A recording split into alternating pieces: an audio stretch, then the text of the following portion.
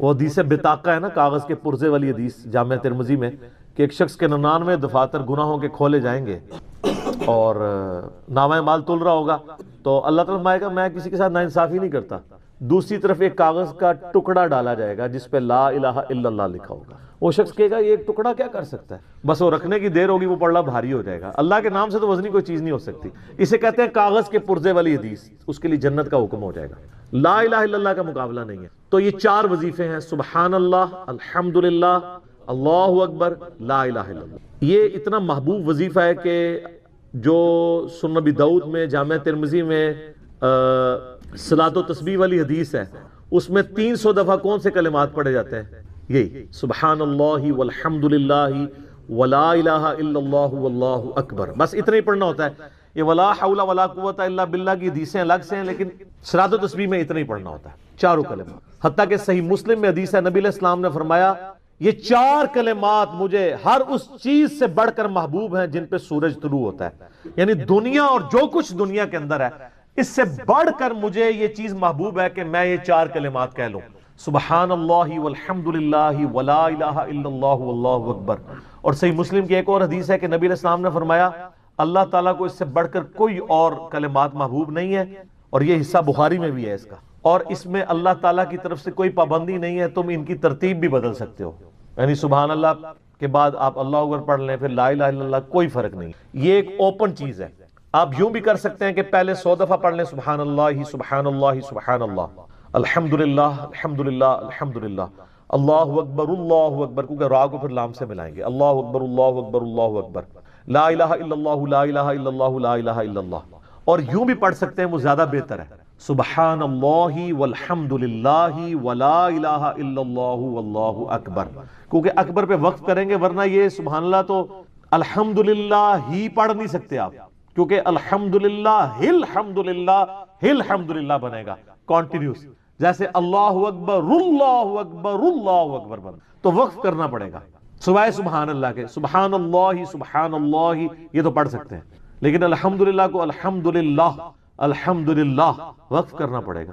اللہ اکبر اگر ملائیں گے تو اللہ اکبر اللہ اکبر، را کو لام سے، تو اس کی بجائے اتنی مشکل میں نہ پڑھیں، سبحان اللہ والحمدللہ ولا الہ الا اللہ واللہ اکبر، ایک تسبیح پڑھ لے، چاروں وظیفے 100 دفعہ ہو جائیں گے، کیونکہ نبی علیہ السلام نے اجازت دے دی ہے نا، آگے پیچھے دائیں بائیں کچھ بھی کر سکتے ہو، اور یہ ترتیب تو صلاۃ و تسبیح میں موجود ہے۔ نبی علیہ السلام نے کلمات پڑھے بھی ہیں، آپ کو پتہ ہے تبلیغی جماعت والے 3 وظیفے بتاتے ہیں، ویسے بڑی سمجھداری سے ہی کسی نے وہ ڈیوائز کیے ہوئے ہیں، 100 دفعہ وہ یہ بتاتے ہیں سبحان اللہ والحمدللہ ولا الہ الا اللہ واللہ اکبر، وہ ساتھ وہ بھی بتاتے ہیں ولا حول ولا قوت الا باللہ، وہ بھی پڑھ سکتے ہیں، وہ بھی صحیح بخاری میں رات کو اٹھتے وقت کی دعا ہے، العلی العظیم تک بھی پڑھ سکتے ہیں، وہ ابن ماجہ میں موجود ہے۔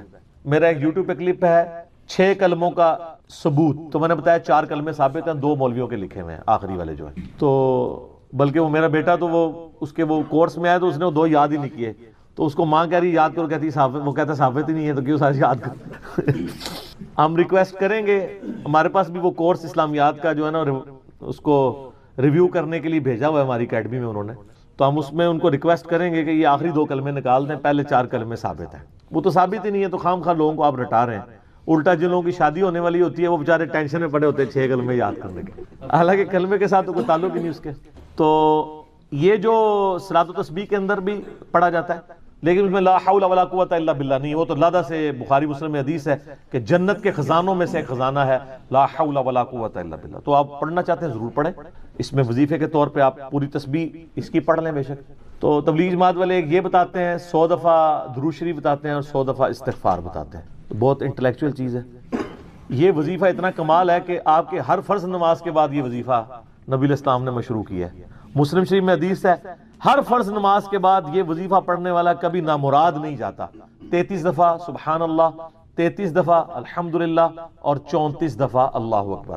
اور ایک حدیث میں ہے مسلم شریف کی کہ جو پڑھے 33 دفعہ سبحان اللہ، 33 دفعہ الحمدللہ، 33 دفعہ اللہ اکبر اور 100 کا عدد پورا کرنے کے لیے پڑھ لے لا الہ الا اللہ وحدہ لا شریک لہ لہ الملک ولہ الحمد وہو علی کل شیء قدیر، 100 کا عدد اس سے بھی پورا کر سکتے ہیں اور 100 کا عدد اللہ اکبر کہہ کے بھی پورا کر سکتے ہیں، تو اس کے سارے گناہ معاف کر دیے جائیں گے، اگرچہ سمندر کی جھاگ کے برابر ہی کیوں نہ ہو، لیکن وہ صغیرہ گناہ، کبیرہ گناہ صرف توبہ سے معاف ہوتے ہیں، وہ صحیح مسلم میں حدیث ہے کہ اگر بڑے گناہوں سے بچا جائے تو ایک جمعے سے دوسرا جمعہ، ایک رمضان سے دوسرا رمضان، اور ایک نماز سے دوسری نماز درمیان کے گناہوں کا کفارہ بن جائے گی۔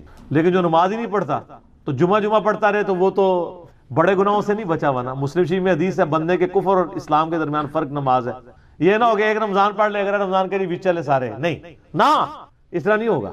تو یہ وظیفہ اتنا کمال ہے، بخاری مسلم دونوں میں حدیث ہے۔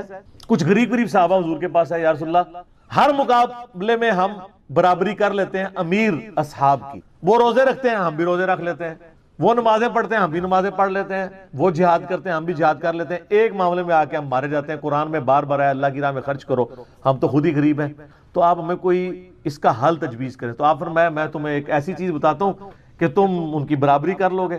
تم ہر فرض نماز کے بعد 33 دفعہ سبحان اللہ، 33 دفعہ الحمدللہ، 34 دفعہ اللہ اکبر پڑھ لیا کرو۔ یہ بخاری مسلم دونوں میں۔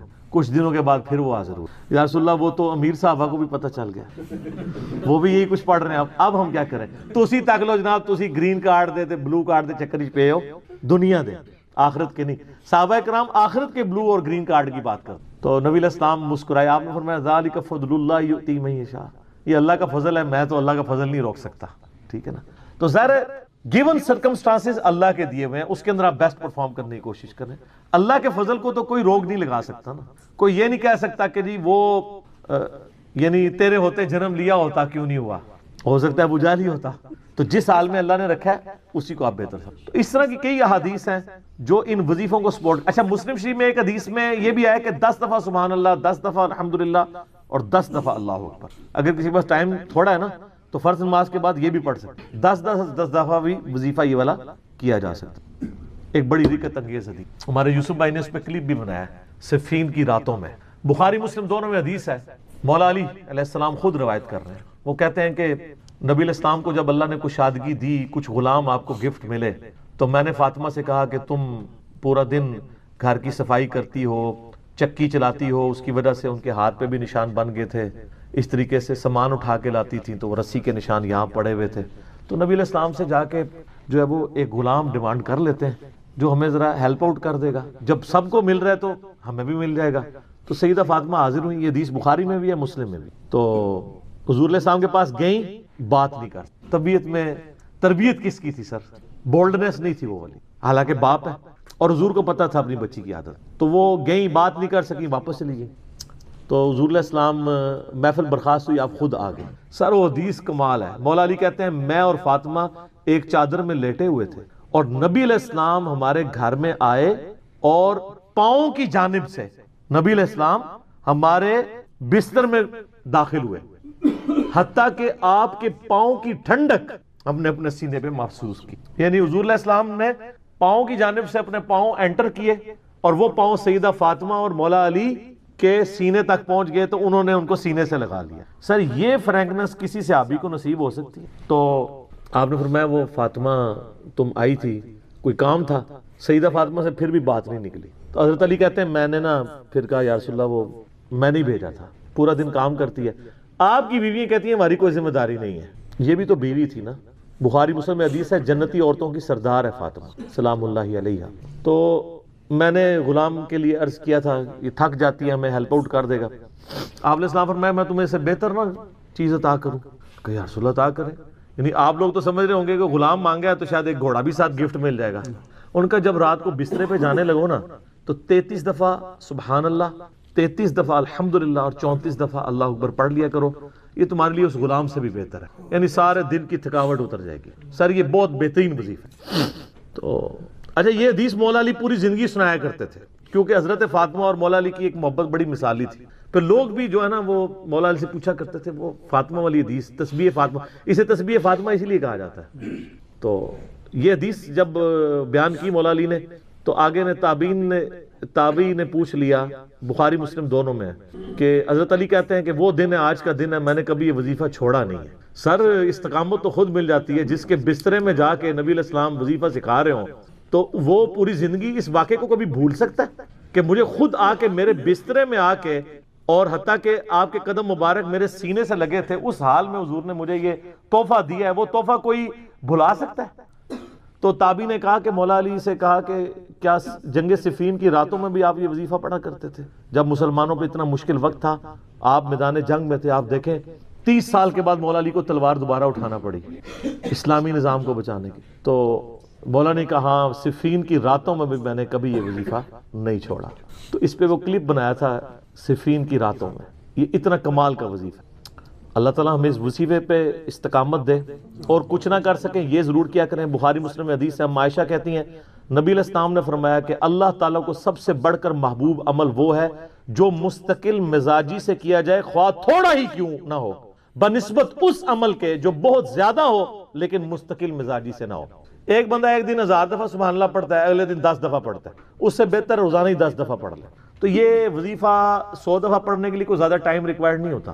آپ روٹین میں ہیں، آپ پاس دونوں آپشن ہیں، الگ الگ کر کے پڑھ لیں تب بھی ٹھیک ہے، ایک ہی دفعہ میں پڑھ لیں سبحان اللہ والحمدللہ ولا الہ الا اللہ واللہ اکبر تب بھی درست ہے۔ اور فرض نماز کے بعد تو اور کوئی وظیفہ، ایک آیت الکرسی والا وظیفہ اور یہ تسبیح فاطمہ والا وظیفہ اور تکبیر بلند کرنا، استغفار پڑھنا، اللہم انت السلام منک السلام، سارے اذکار اس میں لکھے ہوئے ہیں۔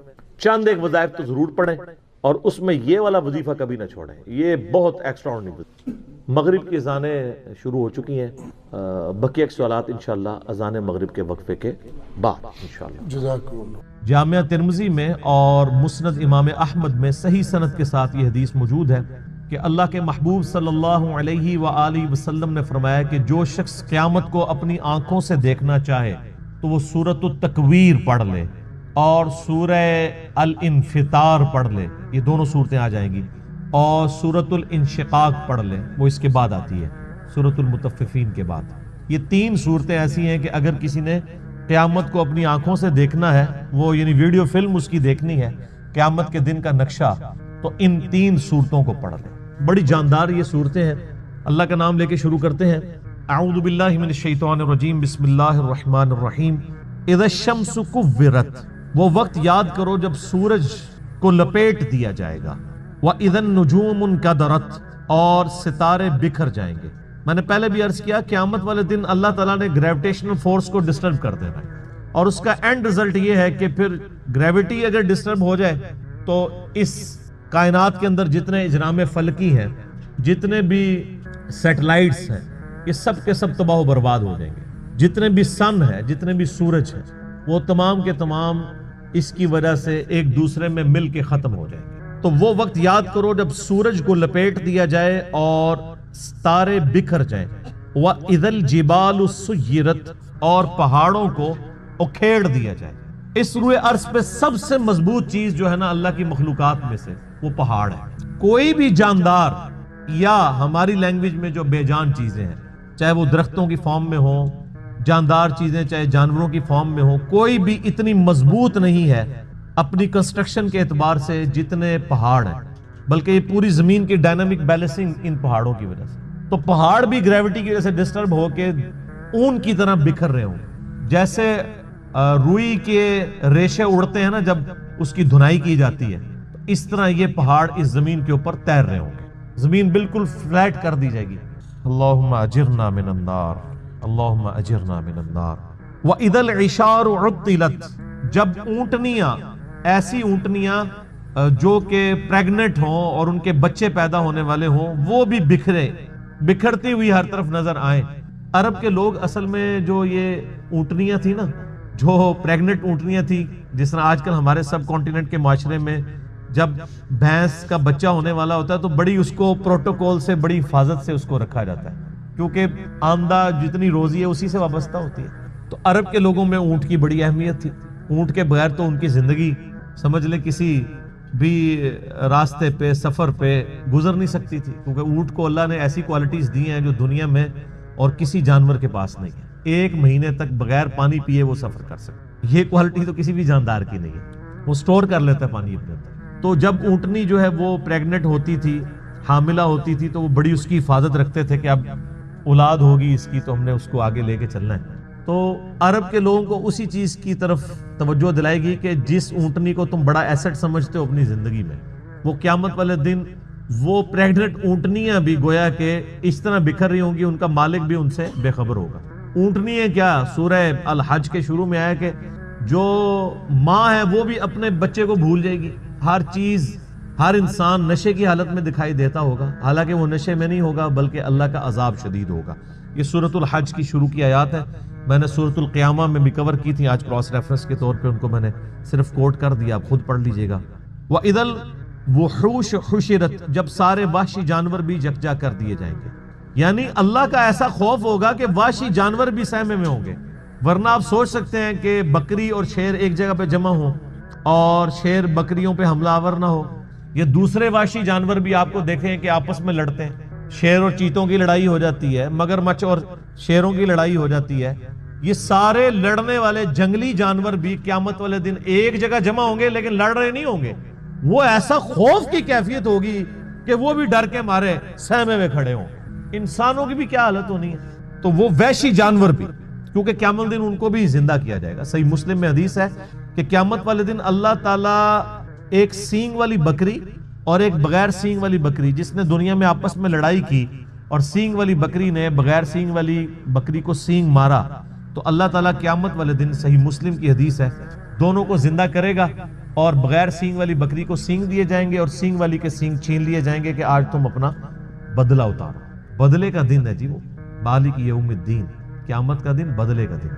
دنیا میں کسی بڑے سے بڑے بدماش کی بدماشی چل سکتی ہے، لیکن آخرت میں لمن الملک اليوم، آج کے دن کس کی بادشاہت ہے؟ للہ الواحد القہار، اس اکیلے اللہ کی جو سب پہ چھایا ہوا ہے. آپ دیکھیں یہ سورۃ المومن کی آیت ہے. اللہ نے قیامت کے دن اپنا نام ہی القہار رکھا ہوا، سب پہ چھایا ہوا. تو اللہ تعالیٰ فرماتا ہے اس دن وحشی جانور بھی سہمے میں کھڑے ہوں گے ایک جگہ. وَإِذَا الْبِحَارُ سُجِّرَتْ، جب سمندر بھڑکا دیے جائیں گے. وَإِذَا دَكَّتِ الْأَرْضُ دَكًّا دَكًّا، آگے جا کے آئے گا نا، زمین کو کوٹ کوٹ کے برابر کر دیا جائے گا. یہ زمین کو فلیٹ کر دیا جائے گا، سارے پہاڑ، اونچی نیچی چیزیں سب ختم کر دی جائے گی. تو ظاہر ہے اس کا اینڈ رزلٹ یہی نکلنا ہے کہ زمین کے اندر جو لاوا ہے وہ باہر آ جائے گا یا ایٹ لیسٹ اوپر آ جائے گا. تو یہ جو سمندر ہیں، آپ کو پتا ہے سمندروں کے نیچے بھی آتش فشاں ہیں. بعض اوقات سمندروں کے اندر آتش فشاں پھٹتے ہیں تو ایک نئے نئے جزیرے بھی نمودار ہو جاتے ہیں. اکثر ٹی وی پہ خبر بھی آتی ہے کہ فلاں سمندر میں، پیسیفک اوشن میں یا اٹلانٹک کے اندر ایک نیا جزیرہ نمودار ہوا ہے. وہ جزیرہ کیسے اوپر آتا ہے؟ نیچے وہ آتش فشاں جو ہے وہ اگلتا رہتا ہے، لاوا، وہ سمندر کے پانی میں ٹھنڈا ہوتا رہتا ہے، وہ لاوا جمع ہو کے پورے کا پورا ایک نیا آئر لینڈ بن جاتا ہے. اور وہ آتش فشاں اتنے طاقتور ہیں کہ ان کی وجہ سے بعض اوقات جب پانی کے اندر ابال پیدا ہوتا ہے، جیسا کہ آپ کسی پانی کے برتن میں کوئی پتھر پھینکیں تو اس میں سے لہریں جنریٹ ہوتی ہیں نا، تو اسی طریقے سے سمندر کے اندر جب آتش فشاں پھٹتے ہیں نا تو اس کے جو بڑا بڑا لاوا نکلتا ہے وہ بڑے بڑے پتھروں کی فارم میں بن جاتا ہے. لیکن اس کی وجہ سے زمین کے اس لاوے کی وجہ سے سمندر کے اندر ویوز پیدا ہوتی ہیں، جیسا کہ باہر سے پتھر مارنے کی وجہ سے ہوتی ہیں. چاہے باہر سے پتھر مارا جائے چاہے اندر سے پتھر ہو، تو وہ ایک دفعہ ویوز تو نکلیں گی، اور وہی ویوز ہیں جو سونامی کی شکل میں. اور آپ جا کے ذرا یوٹیوب پہ ویڈیوز دیکھ لیں، ایک ایک سونامی آتا ہے تو لاکھوں لوگوں کی زندگی اور کروڑوں کی اور اربوں ڈالرز کی جو کنسٹرکشنز ہیں ان کو ختم کر دیتا ہے. تو قیامت والے دن بھی یہی ہونا ہے کہ وہ لاوا جب اگلا جائے گا تو یہ جو بڑے بڑے سمندر ہیں یہ سمجھیں کہ دیگیں بن جائیں گی، جیسے دیگ آپ آگ کے اوپر چڑھا دیں. اب یہ سارے سمندروں کے نیچے جب یہ آگ سلگ رہی ہوگی تو وہ نقشہ وَإِذَا الْبِحَارُ سُجِّرَتْ، جب سمندر بھڑکا دیے جائیں گے. ظاہر ہے سمندر کے اندر آگ لگ جائے گی، کیسے؟ سمندروں کے نیچے وہ آتش فشاں کی دیگیں ہوں گی تو یہ سمندر کے پانی بھی گرمائش کی وجہ سے ابل رہے ہوں گے. اللہم اجرنا من النار. سر انسان کی جائے پناہ کیا ہوگی پھر؟ تو خوش نصیب تو وہ لوگ ہیں جن کو اللہ کے عرش کا سایہ نصیب ہوگا. بخاری و مسلم میں حدیث ہے کہ قیامت والے دن اللہ کے سائے کے سوا، یعنی اس کے عرش کے سائے کے سوا اور کوئی سایہ نہیں ہوگا، اور 7 طرح کے لوگ اس کے عرش کے سائے کے نیچے ہوں گے. ان میں سے ایک شخص وہ ہے جس نے جوانی میں توبہ کر، در جوانی توبہ کردن شیوہ پیغمبری. یہ پیغمبروں کا طریقہ ہے جوانی میں توبہ کر. بوڑھا ہو کے تو شیر بھی شکار کرنا چھوڑ دیتا ہے. لن تنالوا البر حتى تنفقوا مما تحبون، تم کبھی بھی نیکی کا اعلیٰ درجہ حاصل نہیں کر سکتے جب تک کہ اپنی پسندیدہ چیز اپنے رب کو نہ دے دو. انسان کی زندگی میں سب سے پسندیدہ چیز اس کی جوانی ہے. جو جوانی اپنے رب کو دے دے تو ظاہر ہے وہ پھر اس چیز کا حقدار ہے کہ اسے اللہ کے عرش کا سایہ نصیب ہو. اس کے علاوہ بھی اور لوگ ہیں، اگر آپ نے وہ حدیث ڈیٹیل سے پڑھنی ہے تو وہ حدیث بخاری مسلم دونوں میں ہے. آپ مشکات کی پہلی جلد میں کتاب المساجد چیپٹر میں چلے جائیں تو یہ آپ کو شروع میں یہ حدیث مل جائے گی، کیونکہ اس میں ایک وہ شخص بھی ہے جس کا دل مسجد میں اٹک رہا ہو، اسی لیے وہ مساجد والے چیپٹر میں لے کے آئے ہیں، مشکات والے امام۔ تو اللہ تعالیٰ فرماتا ہے اس دن سمندر بھڑکا دیے جائیں گے، وَإِذَا النُّفُوسُ زُوِّجَتْ، اور جب جانوں کو جوڑ دیا جائے گا، یعنی مطلب روح اور جسم کا تعلق قائم کر کے مردوں کو قبروں سے نکال دیا جائے۔ وَإِذَا الْمَوْءُودَةُ سُئِلَتْ، اور جب کہ اس زندہ بچی سے پوچھا جائے گا جسے زندہ دفنا دیا تھا اس کے ماں باپ۔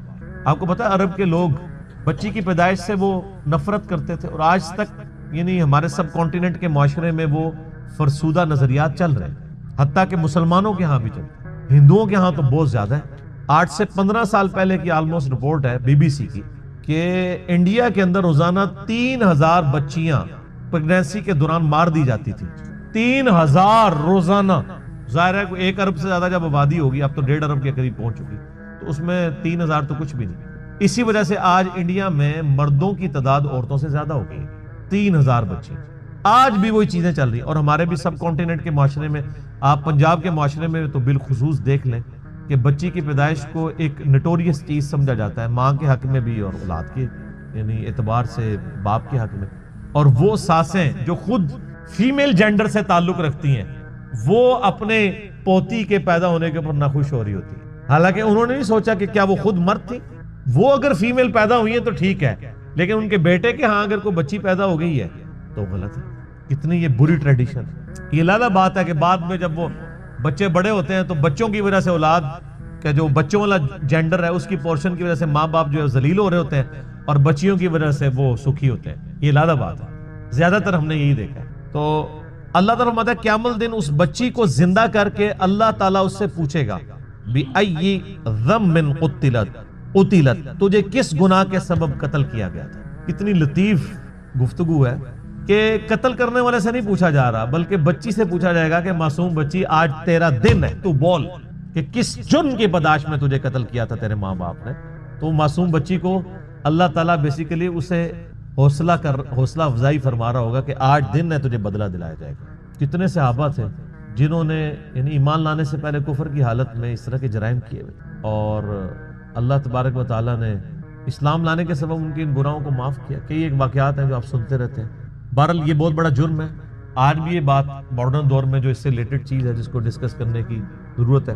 نیٹ کے اوپر آپ کو شعر و شاعری کی فارم میں بھی ایسی نظمیں ملیں گی سیدنا داہیہ قلبی رضی اللہ تعالیٰ عنہ کے بارے میں، کہ ان کی ایک چھوٹی سی بچی تھی جو انہوں نے دفنا دی تھی، اور جب وہ اسلام قبول کرنے کے لیے آئے تو انہوں نے پورا بڑا رکت انگیز واقعہ ہے، وہ انسان بیان بھی نہیں کر سکتا، تو وہ بیان کر کے کہا یا رسول اللہ مجھے کیا یہ میرا گناہ بھی معاف ہو جائے گا؟ تو اللہ نے فرمایا، اللہ کے نبی علیہ السلام نے فرمایا کہ اسلام پچھلے سارے گناہوں کو معاف کر دیتا ہے۔ بہرحال آج کے دور کے اعتبار سے اس میں عبرت یہ ہے کہ اللہ کا شکر ہے اسلام کی برکت سے لوگ کم از کم بچیوں کو دفناتے تو نہیں ہیں، لیکن پریگنینسی کے دوران ضائع کرانا بھی کسی نہ کسی درجے میں اسی جرم کے اندر فال کرتا ہے۔ پریگنینسی آئیڈینٹیفائی ہوگی، ایون آئیڈینٹیفائی نہ بھی ہوئی ہو کہ یہ میل ہے یا فیمیل، اس سے پہلے بھی آپ یہ کام کر نہیں سکتے، ایک اولاد کو قتل کرنے کے زمرے میں آتا ہے، اور قرآن حکیم میں بڑی سختی سے اس کی مذمت ہے۔ سورہ بنی اسرائیل میں تو اللہ تعالیٰ نے بالکل ایک اوپن فلسفہ بیان کیا ہے کہ مت قتل کرو اولاد کو مفلسی کے ڈر سے، تمہیں بھی ہم رزق دیتے ہیں، اس کو بھی ہم ہی رزق دیں گے، بے شک ان کا گناہ بہت بڑا جرم ہے۔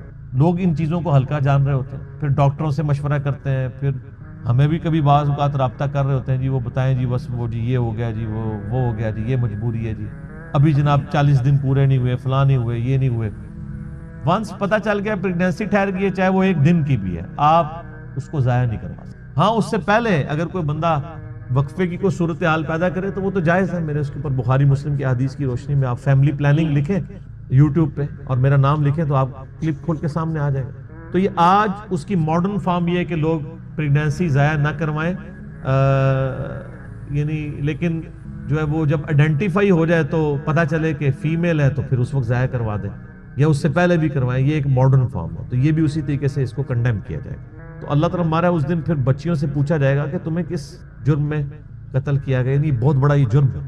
ابھی کچھ عرصہ پہلے انہوں نے مکے سے وہ آلموسٹ ابھی بھی وہ قبرستان پہاڑی کے اوپر میں نے وہ دیکھا ہوا ہے، قبرستان مکے کے اندر موجود ہے جہاں پہ وہ بچیوں کو زندہ درگور کیا کرتے ہیں۔ اب چونکہ مسجد حرام کی توسیع ہو چکی ہے، لہٰذا وہ تقریباً آلموسٹ مسجد حرام کے قریب ہی اگر آپ وہ باب الفاد والی سائڈ سے باہر نکلیں تو وہ پہاڑی پہ وہ اس قبرستان کی باقیات موجود ہیں جو انہوں نے مخصوص کیا ہوا تھا جہاں پہ بچیوں کو زندہ دفن کیا تھا۔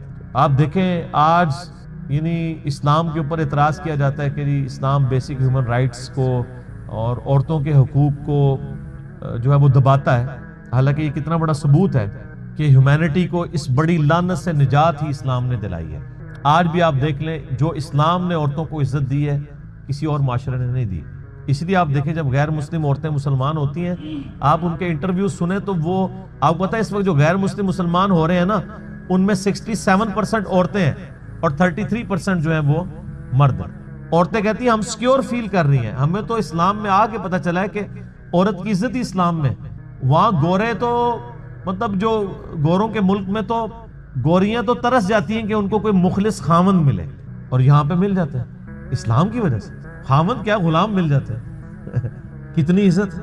اور عورتیں جس طرح بوڑھی ہوتی ہیں ان کی عزت میں اضافہ ہوتا ہے، عورتیں سٹرانگ ہوتی جاتی ہیں اور مرد کمزور ہوتا جاتا ہے، اور جب ماں بن جاتی ہے تو آپ دیکھ لیں ہمارے سب کانٹیننٹ کے معاشرے میں کتنی عزت ہے۔ چند ایک مثالیں آپ ایک نوٹوریس دیں گے، اوورال تو ایک ورتھ ہے نا۔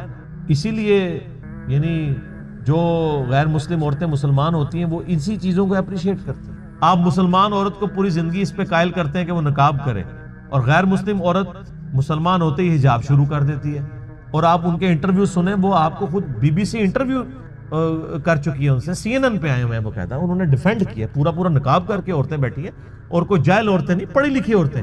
بلکہ آپ یوٹیوب پہ ایک ڈیبیٹ ہے، غالباً ایک فرانس میں ایک میکینیکل انجینئر تھی، وہ عورت جو مسلمان ہوئی اس نے پورا کالا نقاب اور پورا برقع کیا ہوا، اور دوسری طرف انہوں نے ایک مسلمان ملک کی ایک بال کھول کے مسلمان عورت بٹھائی ہوئی تھی، اور ڈیبیٹ یہ ہو رہی تھی کہ برقع ضروری ہے کہ نہیں۔ وہ غیر مسلم مسلمان ہونے والی برقعے کو ڈیفینڈ کر رہی تھی، اور جو پیدائشی مسلمان ہے کچھ بھی ہے تیرے محبوب کی امت سے ہے وہ کہہ رہی تھی یہ ضروری نہیں ہے۔ تو پھر اس عورت نے جو نیو مسلم تھی اس نے جو دلائل دیے ہیں یوٹیوب کے اوپر، یہ ڈیبیٹ پڑی ہوئی آپ دیکھ لیں، تو اس نے کہا میں نے تو اسلام میں آ کے اسلام کی خوبصورتی دیکھی ہے کہ عورت کی عزت ہے، ورنہ ہم جب اس طرح ہی پھرتی تھی تو ہمیں ہر کوئی کموڈٹی کے طور پہ دیکھتا تھا۔ آج ہم نے نقاب کیا ہوتا ہے تو کم از کم ہمیں ایک کموڈٹی کے طور پہ تو پیش نہیں کیا جاتا۔ اسلام کے اندر عزت ہے ایک عورت کی۔ تو قیامت والے دن اللہ تعالیٰ پھر اس بچی سے پوچھے گا جسے دفنا دیا گیا تھا زندہ یا قتل کر دیا گیا تھا، وَإِذَا الصُّحُفُ نُشِرَتْ، اور جب اعمال نامے کھولے جائیں گے، وَإِذَا السَّمَاءُ كُشِطَتْ، اور جب آسمان کی کھال ادھیڑ دی جائے گی۔ اس کا ایک معنی یہ بھی ہو سکتا ہے کہ آسمان بھی پھٹ جائے گا اور اوپر کی مخلوقات بھی انسانوں کو نظر آنا شروع ہو جائیں گی۔ اور یہ کھال ادھیڑنے کا ذکر سورہ رحمان میں بھی ہے کہ قیامت والے دن آسمان بالکل سرخ ہو جائے گا، جیسے آپ کسی جانور کی کھال ادھیڑیں تو اندر سے سرخ گوشت نکلتا ہے، اللہ کے غضب کی وجہ سے وہ سرخ نظر آ رہا ہوگا۔ وَإِذَا الْجَحِيمُ سُعِّرَتْ، اور جب جہنم دہکا دی جائے گی۔ جہنم ابھی بھی موجود ہے لیکن اس وقت ذرا اسے پھر مزید دہکایا جائے گا، تاکہ بلکہ وہ تو جوش مار رہی ہوگی مجرمین کے لیے، قرآن میں آتا ہے، اور جب مجرم پھینکے جائیں گے وہ کہے گی حل من مزید، اور بھی ہے تو میرے اندر داخل کیا جائے۔ اللہم اجرنا من النار، آمین۔ وَإِذَا الْجَنَّةُ أُزْلِفَتْ، اور جب جنت قریب کر دی جائے گی، یعنی وہیں پہ جن لوگوں نے دنیا میں اچھے کام کیے ہیں ان کی حوصلہ افزائی شروع ہو جائے گی، جنت بھی آ جائے گی، حاضر کر دی جائے گی، اور دوزخ بھی۔ عَلِمَتْ نَفْسٌ مَا أَحْضَرَتْ، یہ 13 آیات کے بعد اصل میں کانٹے کی بات کی گئی ہے کہ یہ سب کچھ باتیں کیوں ہو رہی ہیں۔ عَلِمَتْ نَفْسٌ مَا أَحْضَرَتْ، ہر نفس جان لے گا، اپنے سامنے پائے گا جو کچھ اس نے اللہ کے پاس بھیجا تھا، وہ حاضر کر دیا جائے گا۔ کسی نے دنیا میں نافرمانی کی تھی تو اس کا نام مال اس طرح کا سامنے آ جائے گا، اور جس نے دنیا میں ڈرتے ہوئے اللہ کے تابع فرمان بن کے اطاعت اختیار کی تھی، اس کے پیغمبروں کی پیروی کی تھی، اس کا نام مال بھی لا کے سامنے کر دیا جائے۔ تو ظاہر نام مال جب سامنے آئے گا تو پھر انسان اپنے اوپر خود ہی گواہ ہوگا۔ تو سورہ بنی اسرائیل میں آتا ہے کہ جب انسان کا نامہ مال سامنے رکھا جائے گا تو وہ اللہ تعالیٰ فرمائے گا آج تو اپنا حساب کرنے کو خود ہی کافی ہے، خود ہی اپنا حساب کر۔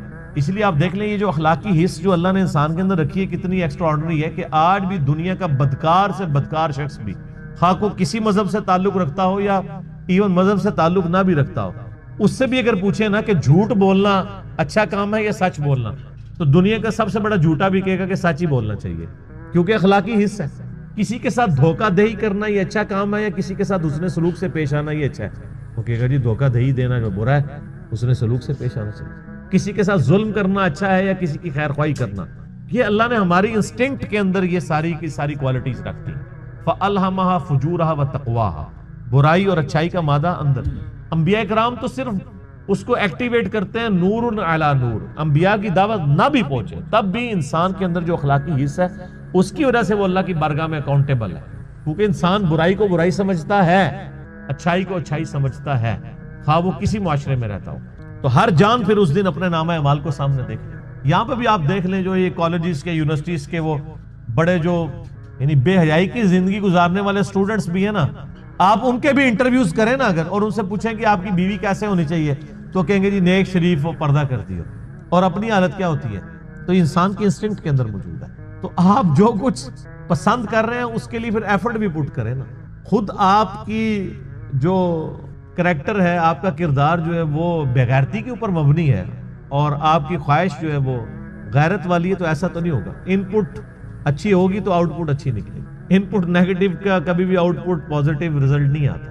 فلا اقسم بالخنس الجوار الکنس، اللہ فرماتے ہیں نہیں اقسم، میں قسم کھاتا ہوں. یہ وہ لا آ گئی ہے نا، یعنی یہ سارے فرسودہ خیالات ہیں. جو لوگ کہتے ہیں نا قیامت نہیں آئے گی، نہ، غلط کہتے ہیں. اقسم بالخنس الجوار الکنس، میں قسم کھاتا ہوں، مجھے قسم سیدھے چلنے والے رکے رہنے والے ستاروں کی، جو یعنی کبھی رکتے ہیں اور کبھی چلتے ہیں ود رسپیکٹ ٹو زمین. آپ یہ کبھی رات کے وقت بھی اگر آپ نارتھ سٹار کو ڈھونڈنا ہو نا، تو وہ جو بڑا سا چمچا جسے کہتے ہیں نا ہم دبے اکبر، اس کے جو نچلے والے دو ستارے ہیں ان کی سیدھ میں نارتھ سٹار ہوتا ہے. تو وہ پوری رات آپ کو اس کی پوزیشن یوں نارتھ سٹار کے گرد یوں گھومتی ہوئی نظر آئے گی. رات کے وقت ادھر ہے تو آپ سحری کے وقت دیکھیں گے وہ یہاں پہنچا ہوگا. تو اللہ نے ہمارا ان ستاروں کو، جن کو اللہ نے اس طرح ایڈجسٹ کیا ہے ود رسپیکٹ ٹو زمین، ان کی اورینٹیشن بدلتی ہے. مجھے ان کی قسم، یعنی ان کی قسم کا مراد یہ نہیں کہ وہ بہت عظیم ہے، مراد یہ ان کے بنانے والے کی قسم جس نے ان کو ان کاموں میں لگایا. واللیل اذا عسعس، اور رات کی جب وہ جانے لگے، والصبح اذا تنفس، اور صبح کی جب وہ سانس لے. صبح بھی تو سانس لیتی ہے نا. صبح کا وقت آتا ہے تو آپ دیکھیں کہ ایسے جیسے ایک شخص کی سانس آپ فیل کرتے ہیں اس کی زندگی کی علامت. رات کو بالکل سناٹا چھایا ہوتا ہے، جب رات جانے لگتی ہے صبح آتی ہے تو گویا یہ صبح سانس لے رہی ہوتی ہے. چرند پرندوں کی آوازیں آنا شروع ہوتی ہیں، پھر آہستہ آہستہ گہما گہمی ہونا شروع ہوتی ہے. اور اس طریقے سے جیسے انسان بھی جب صبح اٹھتا ہے تو ہلکی سی انگڑائی لیتا ہے، کرتے کرتے وہ پھر اٹھ جاتا ہے. صبح کے وقت جب وہ سانس لے، انہ لقول رسول کریم، بے شک یہ جو قرآن ہے یہ قول ہے ایک عزت والے رسول کا. یہاں رسول کریم سے مراد جبرائیل علیہ السلام، کیونکہ آگے آ جائے گا. اور اس سے پہلے پارہ نمبر 29 میں یہ سیم الفاظ نبی علیہ السلام کے لیے آئے تھے، عزت والا رسول. فرشتوں میں رسول حضرت جبرائیل علیہ السلام ہے، جو انسانوں میں رسولوں کے اوپر وحی لے کے آتے ہیں. ذی قوت عند ذی العرش مکین، وہ عزت والا رسول وہ ہے جو قوت والا ہے عرش والے کے ہاں.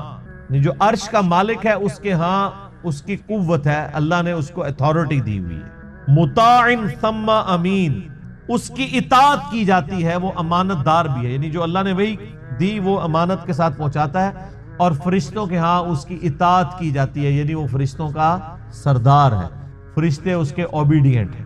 یعنی روح قدس جبرائیل علیہ السلام.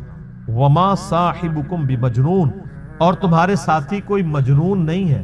نعوذ باللہ، وہ کہتے تھے کوئی جنات کا اثر ہو گیا نعوذ باللہ اس پیغمبر کے اوپر جو اس طرح کی باتیں کرتا ہے.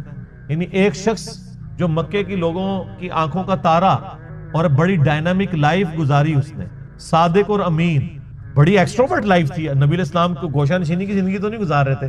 پہلے آپ لوگوں کی بھیڑیں چڑھایا کرتے تھے، پھر اللہ تعالیٰ نے فائنینشلی اسٹرانگ کیا، ایک مکے کی امیر عورت کے ساتھ آپ کی شادی ہو گئی، پھر ان کے لیے تجارت کا سامان لے کے جایا کرتے تھے.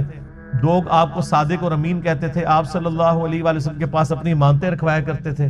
اتنا شخص جو اتنا ایکٹیو شخص ہو، لوگوں کے کام آنے والا ہو، بڑی ڈائنامک لائف گزار رہا ہو، اچانک وہ وہاں پہ ایک نئی دعوت لانچ کر دیں تو ہلچل تو مچ جائے.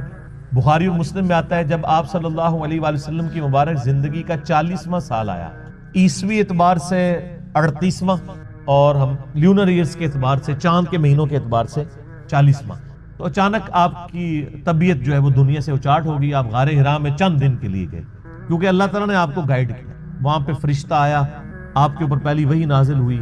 میں نے پہلے بھی کئی دفعہ ان چیزوں کو ڈسکس کیا ہے. تو اس کے بعد کئی لوگ تو نبی علیہ السلام کے دشمنی کے طور پر کر رہے تھے، اور بعض آپ علیہ السلام کے بڑے ہمدرد تھے. وہ یہ سمجھتے تھے کہ یار یہ تو ہمارا ایک معاشرے کا ایسٹ تھا، اتنا انٹیلیجنٹ بندہ، اس کو روگ لگ گیا. تو وہ یہ سمجھتے تھے کہ شاید یہ جو چند دنوں کے لیے غار حرا میں گئے ہیں اور کھانا بھی سیدہ خدیجہ بنا کے دے دیتی تھی، تو ہو سکتا ہے وہاں پہ کوئی جنات کا اثر ہو گیا ہو. مجنون کا لفظ ہے نا، مجنون کیا کہتے ہیں؟ جس پہ جنات کا اثر ہو. جن کہتے ہیں چھپی ہوئی چیز کو. جنت بھی اسی لیے اس کا نام جنت ہے، وہ چھپی ہوئی چیز ہے، آنکھوں کے سامنے تو نہیں. تو بڑی وہ نیک نیتی کے ساتھ سمجھتے تھے کہ شاید ان کے اوپر کوئی اثر ہو گیا ہو، اور اس کے لیے وہ کوشش بھی کرتے تھے کہ ایسے لوگوں کو بلائیں جو جنات نکالنے والے ہیں، اس فیلڈ کے ماسٹر ہیں. اور اس حوالے سے صحیح مسلم میں ایک بڑی پیاری حدیث ہے کہ ایک شخص تھا جس کا نام تھا زماد. زماد تو نہیں، عربی میں ضباد کہیں گے، ضاد میم الف دال. اس کے بارے میں مشہور تھا کہ وہ جن نکالا کرتا تھا. وہ مکے آیا کہیں تو اس کو پتا چلا کہ اس طرح مکے میں ایک شخص محمد صلی اللہ علیہ وآلہ وسلم، ان کے ساتھ اس طرح کا مسئلہ ہوا ہے، کچھ عرصے سے وہ اس طرح کی باتیں کرتے ہیں. غار میں چند دن کے لیے گئے تھے. لوگوں نے پھر مشورہ کیا تو اس نے کہا کہ مجھے نبی علیہ السلام کے پاس، یعنی محمد کے پاس لے چلو. وہ آیا، اس نے بڑے یعنی اخلاقی